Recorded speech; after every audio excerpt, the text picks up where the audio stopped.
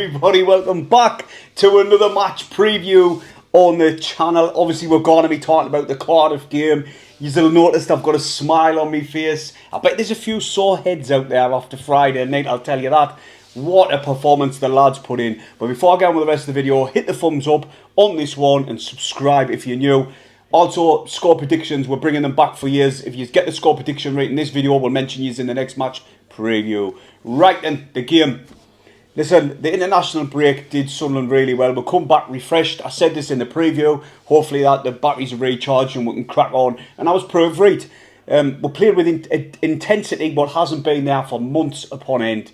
The press was really good. We were getting in Cardiff's face. For the first initial 10 minutes, I thought Cardiff were probably slightly the better team, although they didn't test Patterson at all. Then Sunderland obviously got awarded the penalty. Was it a penalty? And I'm not asked. Who gives a shit? Who gives a shit if it was a penalty or not? Nah, listen, it wasn't a penalty.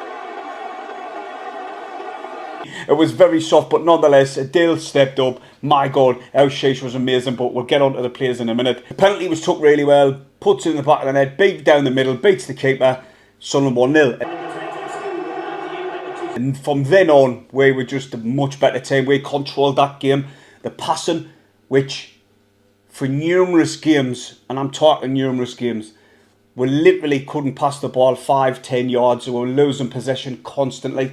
And in this game, minus one or two times, we literally didn't lose the ball. It was an absolute joy to watch. Finally, the El Sunderland of old looked like it was back against Cardiff. It really did. Like I was saying, El Sheesh, it was amazing. Against Ipswich, sorry, he didn't have the best of games. I thought it was a soft free kick when they scored that ball and the smallest man on the pitch put it in the back of the net. I felt a bit harsh on Adil and he did miss an open goal. But Bale ostracised him and didn't want him any part of the first team. He's done really well on the training ground to get back into the first team. He got a goal and an assist, and some of his football was brilliant to watch. He work rate as well. He tracked him back and defending. But I noticed in the game, nothing come of it, but we were right on their back line. He chips the ball out of the defence, and I'm not sure who was running in, but Job helped it on as well. And it was a really good chance. We could have easily won that game 4 or 5. I'm not lying. Cardiff just lost the arse. As soon as we went 1-0 up, they bottled it and they didn't even try. I know they could have brought on Ramsey, and I think they did later on in the game, and he did a little bits, but no, the game was dead and buried. We were just game management from then on, singing the game out, and probably had a couple of chances and anywhere near the end. But all in all, it was like the old Sunderland was back. Now, the question for me is, where's this Sunderland been for the past God knows how long? Where's this Sunderland team been? Because this was like beginning of the season, Sunderland. It was amazing to watch at times. It really was. Now, Sunderland defensively, I'm going to say it because I have been a person on this channel, and Stephen at times, that has been saying we should say 09 in the midfield. We really should. It's about time. But it just goes to show when he was injured that we did really miss the lad. Now, when he was in at centre half, yesterday, it was amazing. It just goes to show you what we missed. If he was a young teenager in his 18, 19s, his range of passing, what would 09 have been worth in today's market? Obviously, because he's nearly pushing 30, it's obviously not going to reach any of them numbers, you know what I mean? But his range of passing yesterday was outstanding. It really was. And also, he bailed out Trey Hume as well. Got in there, made a last-ditch tackle.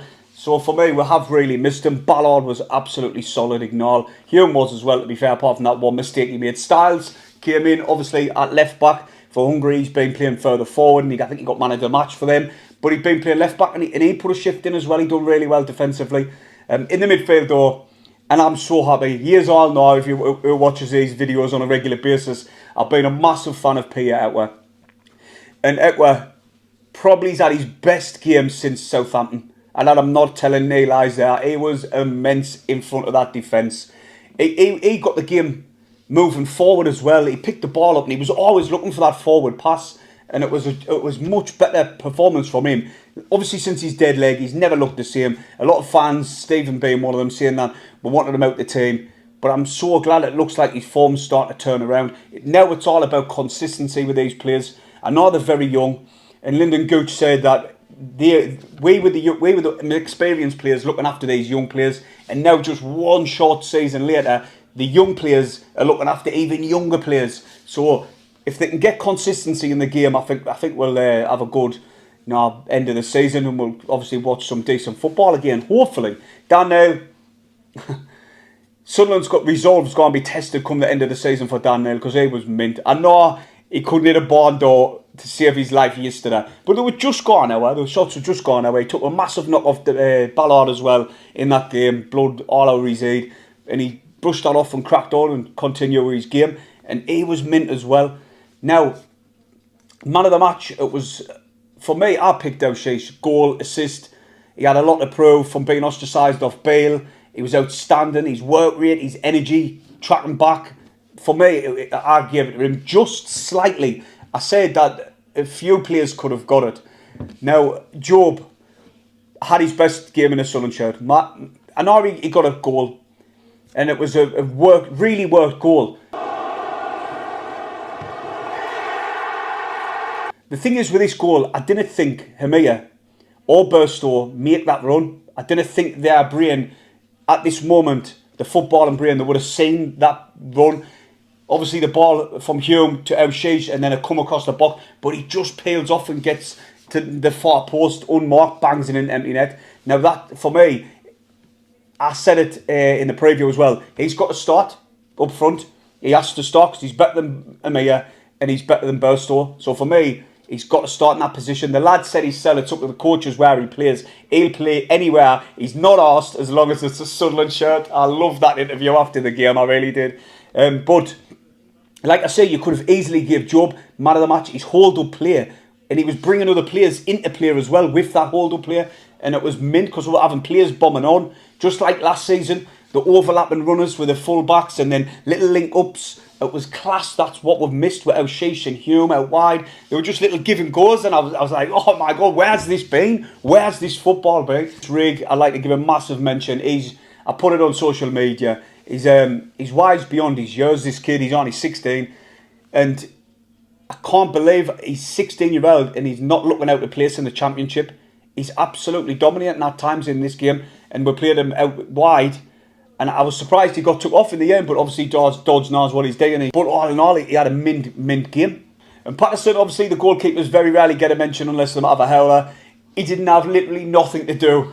Kept a clean sheet. He had no to do. I didn't even think that a shot on target, to be honest. But moving on to Blackburn, listen, obviously we've got to start the same lineup. There's no point in changing and tinkering like Dodds does tend to do with a winning team.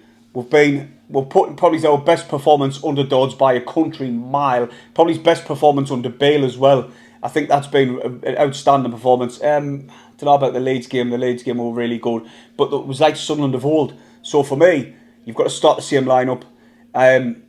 Blackburn, I'm very, very surprised Blackburn are where they are in the league. 19th in the league, right?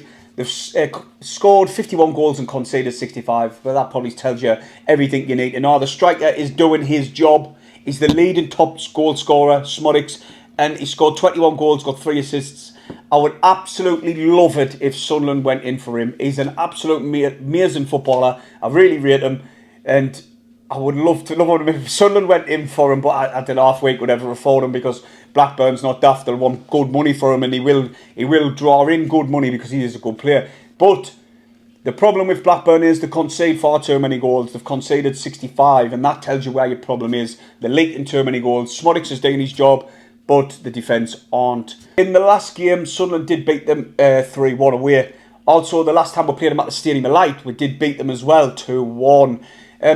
Blackburn haven't won a game in 10, all the way back in early February. They beat Stoke 3-1. In the last 5 games, they've lost to Ipswich, lost to Swansea, drew with Borough, Millwall and Plymouth. They're not scoring very many goals, like I said. It's only Smodics trying to chip away at them. And Sigurdsson scored 5 goals, got 3 assists as well. But Smodics, like I said, he's out there in 21 goals. But any Blackburn supporter, if you're watching this video, let us know what is the reason why you feel the team is down in 19th position. But on Monday, listen, not one game is easy in the Championship. I've Sunderland to prove we should have been beating teams down the bottom half of the table, and we tend to do better against teams in the top half of the table. Now, Sunderland are currently, I think, with 2 points now, behind Cardiff, who we just beat, obviously. We are in 12th. I can't see us. I cannot see us in a million years getting 6th. Sorry, there's 7 games are left in the season. Obviously, 21 points are up for grabs.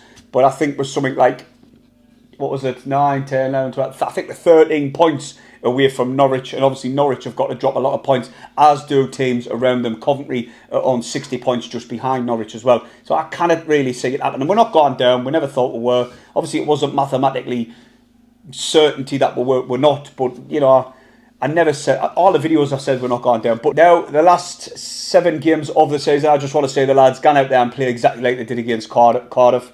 Bring some flair, the intensity, the press, and just enjoy themselves. And obviously we'll get, you know, a couple of victories along the way, especially if we play like that. Now my score prediction. I'm going for Sunderland 3, Blackburn 1. That's it. I think I'm pinching Stephen's scoreline. I think we will, especially if we play like that. To be honest, actually, scratch it. I'm changing that. I'm going for 3-0. The defence looked mint. Eck was playing mint in front of the defence now. I'm saying now, it was playing one game. Dan Neil played mint as well. If they continue that, it's got to be consistency. I know it's a quick turnaround, playing again on a Monday, but I think the lads will win. Now with that, everybody, hit the thumbs up and subscribe if you're brand new to the channel. Away lads.